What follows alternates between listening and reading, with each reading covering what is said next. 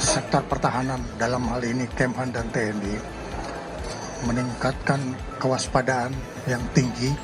Panglima TNI dan Kepala Staf Angkatan tetap melaksanakan hubungan secara diplomatik militer dengan Panglima tentara di beberapa negara. Soal bagaimana cara menghadapi kondisi politik ya, apakah juga dibahas soal rencana pembelian alutsista Indonesia, khususnya jet tempur itu kan Indonesia sedang membicarakan mau beli jet 10 dari China, lalu ada F-15, itu seperti apa Pak perkembangannya?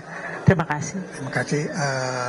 Saya tidak menjelaskan secara detail, tetapi saya ingin menjelaskan mengenai kondisi geostrategi, kondisi geopolitik, dan kondisi geoekonomi yang menuntut sektor pertahanan yang terdiri dari Kementerian Pertahanan yang bertugas untuk merumuskan kebijakan strategi dan administrasi anggaran, dan Panglima TNI yang merumuskan kebijakan operasional dari Tentara Nasional Indonesia yang juga akan dilaksanakan oleh para kepala angkatan.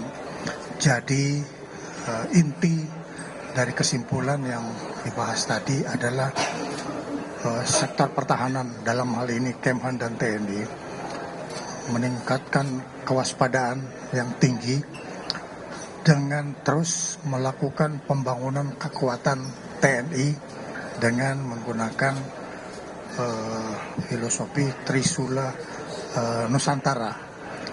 Trisula itu adalah matra darat, laut, dan udara. Kemudian tentunya kebutuhan alutsista yang dibutuhkan oleh TNI Angkatan Darat dan TNI Angkatan Laut serta TNI Angkatan Darat ini dipasok tanpa pembatasan. Kita sebagai negara yang menganut politik bebas aktif dan juga berada pada garis non-blok itu tidak mempunyai restriksi apa-apa terhadap pengadaan alutsista. Jadi kebutuhan pengguna dan pembina kekuatan ini kita fasilitasi untuk memperkuat kekuatan matra darat, matra laut, dan matra udara. Berarti tidak ada pembatasan kalau dari Rusia seperti apa ya Pak? Apakah juga akan ada penyesuaian Pak? Kita tahu bahwa kita juga ada KATSA yang menjadi ketentuan dari Amerika, tetapi sampai dengan saat ini kita bisa melakukan satu upaya-upaya yang kita lakukan dari dalam negeri untuk memperbaiki alutsista Sukhoi 27 dan Sukhoi 30 yang memerlukan perbaikan. Jadi kita tidak ada masalah-masalah yang berhubungan dengan sanksi. Saya Santi dari media IDN Times. Pak Menhan, izin saya punya 2 pertanyaan. Yang pertama Pak, kita mengetahui bahwa saat ini fokus TNI selain untuk pengembangan teritorial juga harus tetap mempersiapkan fungsi utamanya sebagai satuan tempur. Lalu kemudian ada banyak pertanyaan di benak publik karena kan situasi gencatan senjata di Timur Tengah itu diperkirakan tidak permanen ya Pak, dan bisa pecah kapan saja. Pertanyaannya, apakah kalau seandainya situasi serupa menimpa Indonesia, kita secara pertahanan kuat begitu Pak, misalnya untuk mendapatkan serangan udara dari negara tetangga gitu. Kalau misalnya sudah ada disiapkan, apa saja yang disiapkan. Kemudian yang kedua Pak Menhan, terkait dengan kesepakatan dengan Perdana Menteri Malaysia terkait pengelolaan Selat Ambalat, mengapa kita akhirnya memilih kebijakan untuk mengelola itu secara bersama-sama Pak? Ambalat ya, terima kasih Pak Menhan. Ya, mengenai apa yang tadi disebutkan, Ambalat itu kita hindari hal-hal yang menyangkut konflik. Kita negara bertetangga, sebaiknya kita bertetangga dengan rukun. Kita tidak perlu bertetangga dengan konflik. Oleh karena itu, jalan yang terbaik yang kita bisa lakukan adalah melakukan satu pengelolaan sumber daya alam secara bersama-sama dengan mentargetkan mutual benefit tapi atas dasar mutual respect terhadap kedaulatan negara Kesatuan Republik Indonesia dan juga menghormati kedaulatan negara Malaysia. Yang kedua mungkin Bang Iman bisa tambahkan.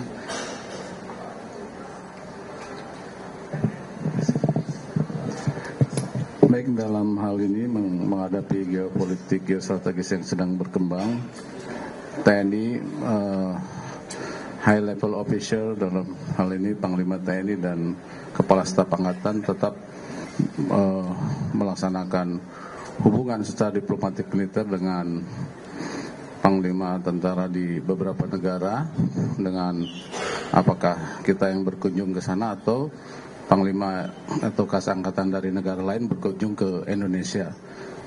Kemudian di bidang latihan, TNI juga menggelar beberapa latihan dengan negara lain. Kemudian juga pertukaran pelajar. Kita ada 26 negara, jadi kita mengirim sekolah dari level kapten sampai lemhanas ke beberapa negara yang ada di Indonesia. Demikian juga dari negara-negara ASEAN ataupun Asia Pasifik itu mengirim ke Indonesia untuk mengikuti pendidikan yang sama. Terima kasih.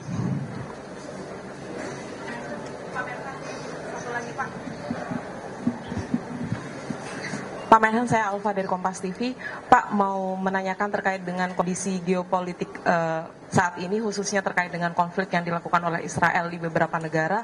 Posisi Indonesia itu sebenarnya seperti apa, Pak, untuk hubungannya dengan negara-negara yang kemudian mendukung posisi Israel? Apakah ini yang kemudian membuat Bapak Presiden mempertimbangkan untuk datang ke Prancis misalkan, karena kemarin kan dipastikan beliau akan memenuhi undangan, tapi belum tentu sampai saat ini.